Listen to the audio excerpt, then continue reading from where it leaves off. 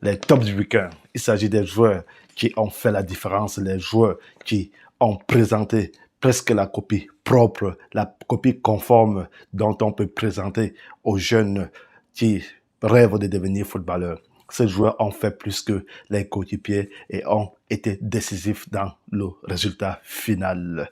La 5e place part à Emerson de Toulouse. Son but marqué contre Marseille, ce slalom, ce n'est pas donné. Le joueur, on voit la lecture du jeu, la compréhension du jeu, ce qu'il fait dans ses buts est phénoménal. Le courage du joueur. Et puis, il y a la résilience et enfin l'adresse, même s'il est un peu aidé par le poteau, mais le tir est maîtrisé, il ne perd pas d'équilibre et permet à son équipe de mener 1-0 au Vélodrome. La 4e place part à Takumi Minamino pour sa performance contre le Paris Saint-Germain. D'abord, avant son but et à sa reprise de volée, un geste de la classe mondiale qui est malheureusement repoussé par le gardien de Paris Saint-Germain.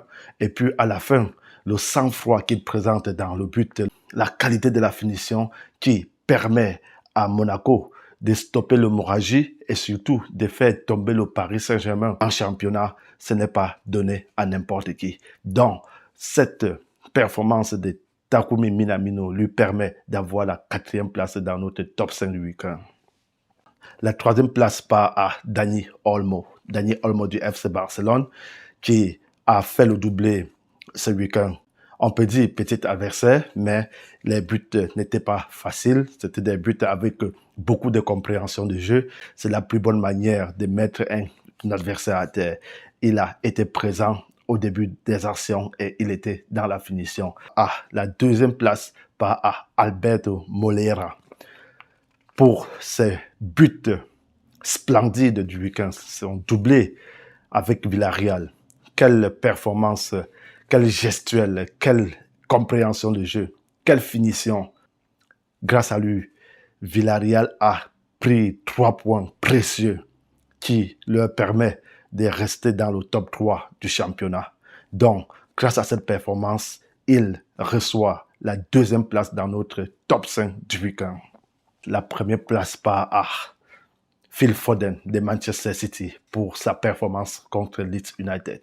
Car sur le premier but, la gestuelle pour l'ouverture du score, on voit un garçon concentré, appliqué, qui ne fait que ordonner le ballon. Il met tous ces éléments en exécution pour permettre à Manchester City d'éviter un énième faux pas en championnat. Et grâce à cette performance, il reçoit de nous la 1re place des top 5 du week-end. Les flops du week-end. Il s'agit des équipes qui ont déçu, qui n'ont pas pu répondre aux attentes. La 5e place part à Olympique de Marseille. Les Marseillais qui ont fait une grande performance contre Newcastle dans la semaine n'ont pas pu faire mieux qu'un match nul contre Toulouse. Pourtant, une victoire leur aurait permis d'être leader de la Ligue 1. Donc, à cause de cette occasion manquée, Marseille prend la 5e place de nos flops du week-end.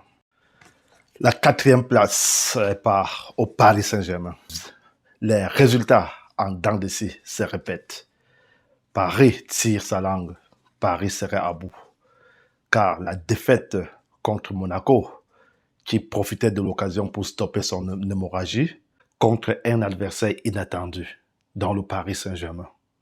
Alors, cette défaite propulse l'équipe parisienne à la 4e place de nos flops du week-end. La 3e place de notre flop du week-end part à Tottenham. Tottenham qui aligne 4 matchs sans victoire.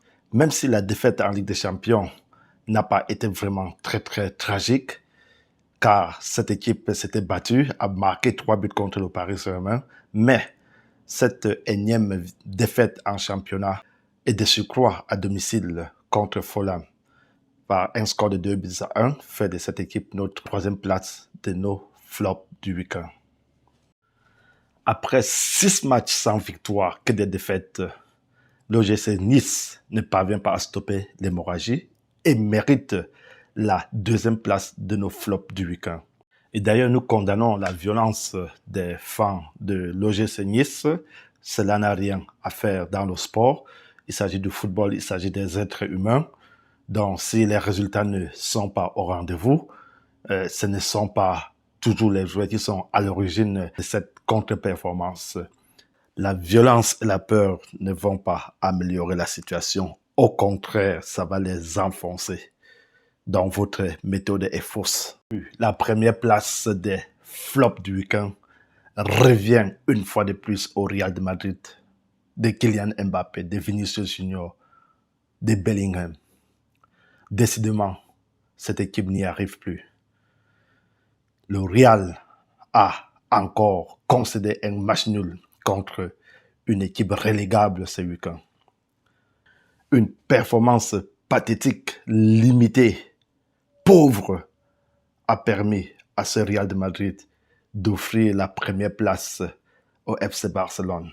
Le Real de Madrid ne s'en sort pas. Le Real de Madrid est malade, manque d'inspiration.